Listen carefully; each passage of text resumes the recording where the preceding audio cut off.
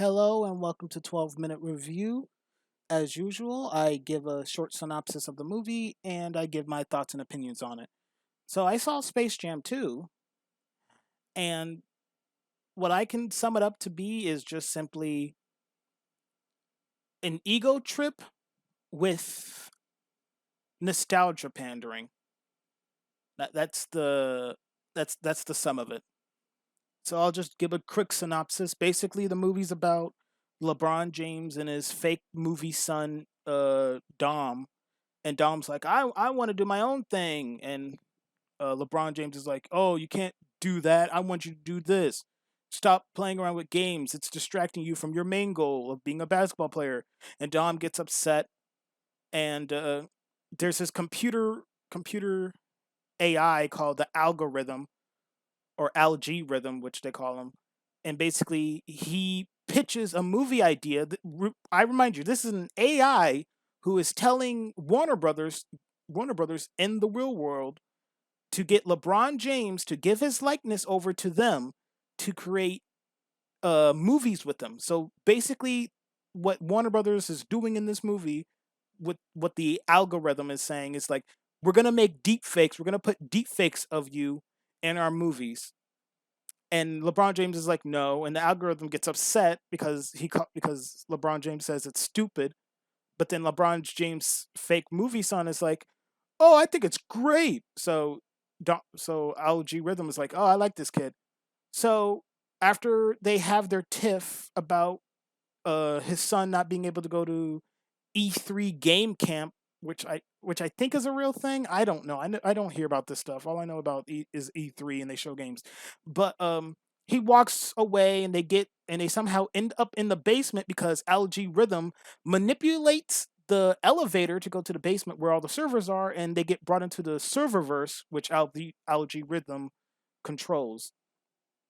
So after that, um, LeBron James gets sent down to the Looney Tunes world, be- and Algae Rhythm, no, yeah, Algae Rhythm's like, we're gonna play a basketball game. You're gonna get sent down to the rejects, which would make sense for the Looney Tunes to be the rejects because they're too chaotic and they're sort of unpredictable. So, but anyway, after that, LeBron James meets up with Bugs, and Bugs is like, oh, all my Looney Tune friends left the planet because Algae Rhythm came and was like, oh, you guys, since you guys are technically useless, you guys can go anywhere you want.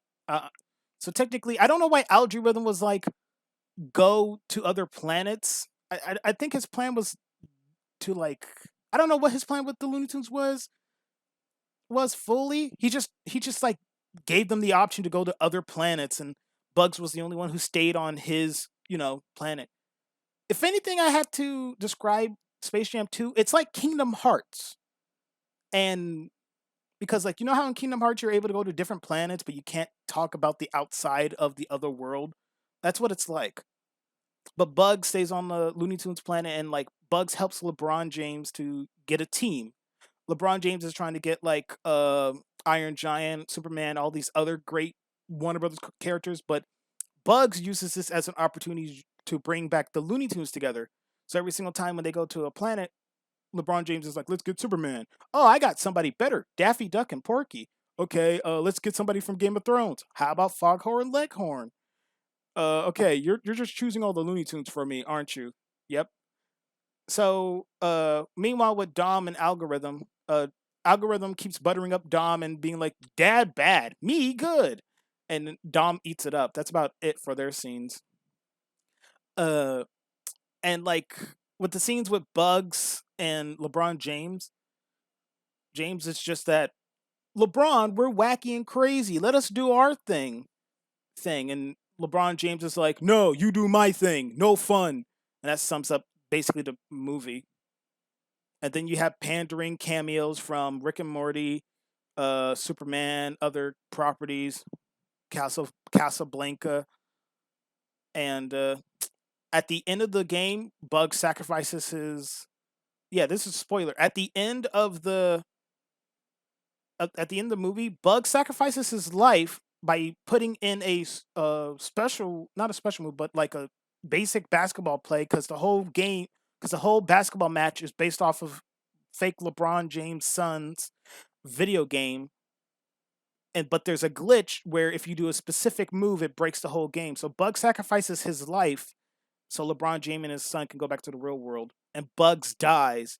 Like I didn't expect that to happen. That sort of took me off guard. I started laughing as hard as I could because just imagining Bugs Bunny dying.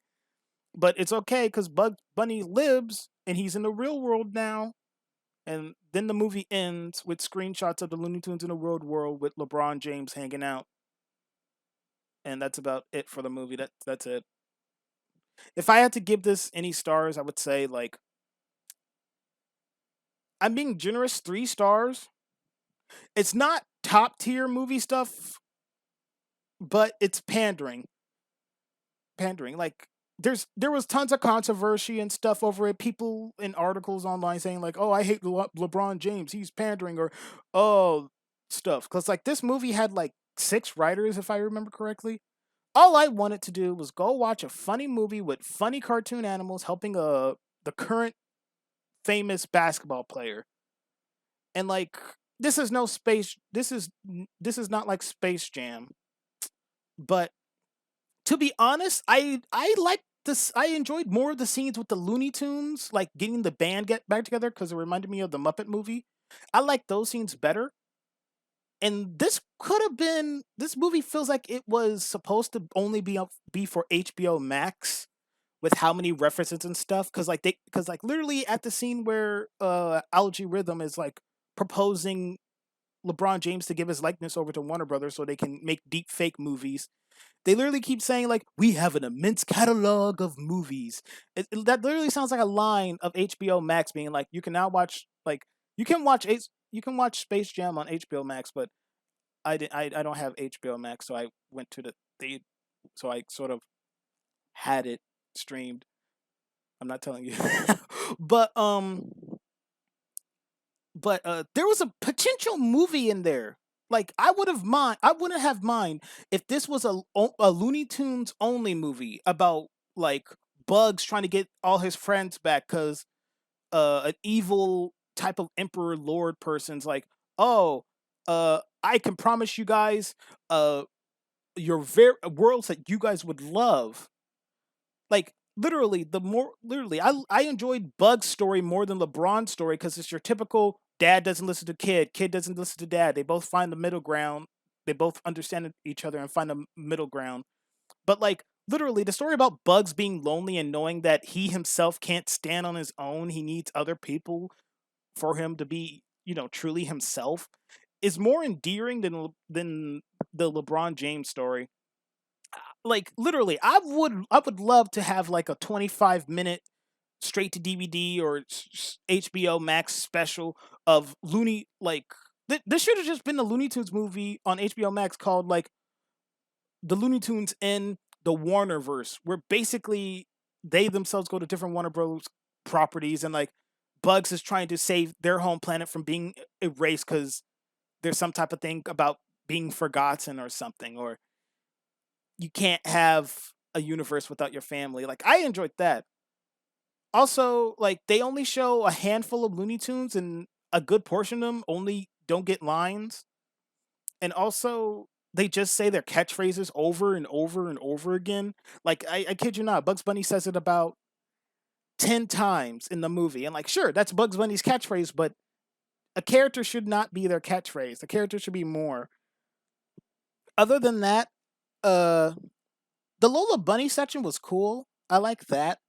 I like the Daffy Duck section with Porky, with him literally trying to take over the train and like him because that's something Daffy would do.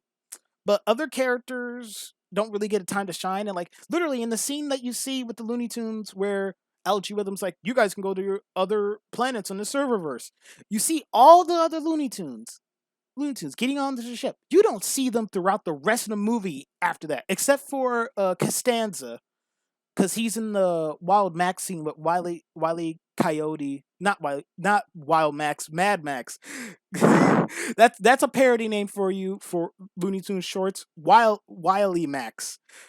But you don't see any of them after that. And there's one thing I don't get. Like, I will say this: most likely the reason why like all the people in the background, like all the people from the serververse are cheering for the bad guys or just cheering in general, because they probably don't know what's going on. All they probably heard was that, hey, there's this big event, come on down and watch. They made a joke about Michael Jordan, but they got the wrong Michael Jordan because Sylvester got the wrong guy. It's Michael B. Jordan. I was like, I was actually like, they actually got Michael Jordan, and then when they showed it, I felt like all the other Looney Tunes being like, Sylvester, you stupid cat. Uh, but when the Looney Tunes are being themselves, it's funny and like I love to see that. But I hate that it keeps taking time away from that to show like LeBron James. I just want LeBron James to be erased from the movie, to be honest, because Michael Jordan, his story in the original was like, I don't want to play basketball anymore. I want to try to play baseball, even though I'm bad at it. I'm doing it for my dad. I'm doing this for myself. That's a self goal. But in this movie, it's just that all because of a coach telling LeBron James he can't play a Super Nintendo, not a Super Nintendo, but a Nintendo Game Boy with Bugs Bunny's castle on it, with his coach saying like this is a distraction and literally throwing the Game Boy in the trash. That changed his life. So I would say Space Jam 1 is much stronger still.